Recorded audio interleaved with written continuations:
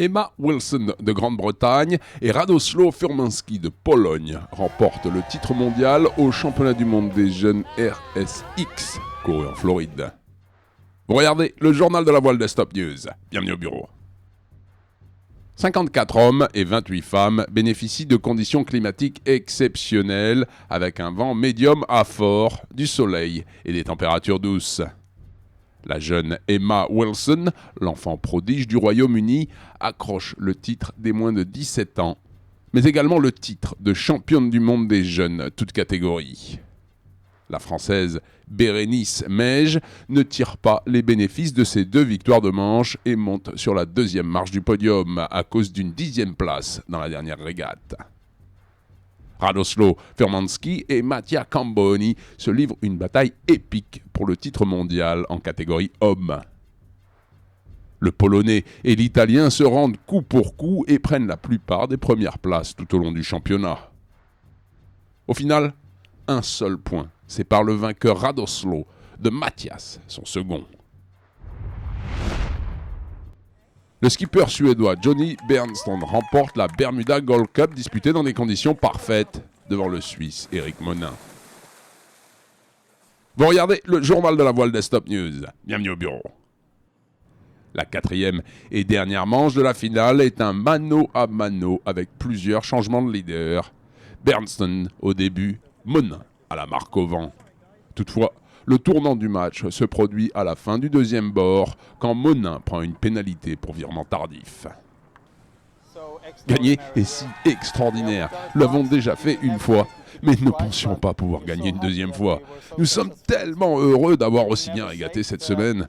On n'était jamais confort, même les courses que nous avons gagnées, et Eric était si proche qu'il fallait nous battre jusqu'au bout. Son dauphin, Eric Monin, est plein d'éloges pour ce redoutable adversaire.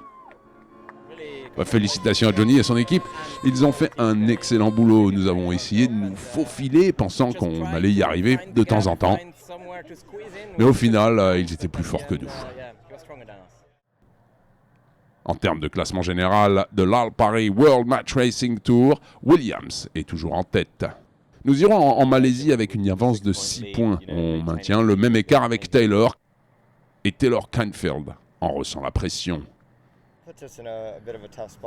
Ça nous met en position délicate avant d'aller à la Monsoon Cup. Nous devrons mettre un bateau entre lui et nous. Après, il faudra voir si c'est de notre ressort ou pas. Vous regardez VR News, le journal de la voile virtuelle fait pour vous et par vous. Bienvenue au bureau. On est nombreux à nous demander pourquoi la tête de la course longe les côtes du Brésil après avoir passé la bouée de Fernando de Noronha. La route directe est plutôt au sud-est et pourtant tout le monde semble en faire cas au 180 voire 190. Eh bien, cela s'appelle l'anticyclone de Sainte-Hélène. Créateur des alizés de sud-est, cet anticyclone très instable nous barre la route pour rejoindre Cape Town en ligne directe. Il va nous falloir le contourner par l'ouest et viser la formation d'une dépression au nord de Punta del Este en Uruguay pour traverser l'Atlantique toute voile dehors. Le virage à gauche est très difficile à négocier et est un moment clé de cette première étape vers l'Afrique du Sud.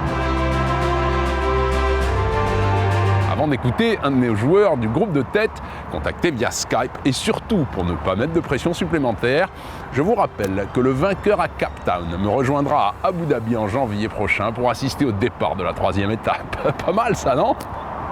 De toute façon, dans tous les cas, il faudra passer cet anticyclone. Moi, je pense que il y a un petit passage qui se présente d'après la carte météo à 72 heures. Je vais essayer de le prendre. C'est pas à gagner parce qu'on sait que la météo n'a rien de sûr à 100%. Donc il faut pas se trouver au mauvais endroit au mauvais moment. Sinon on a un petit coup d'élastique et il y a ceux qui passeront et ceux qui resteront.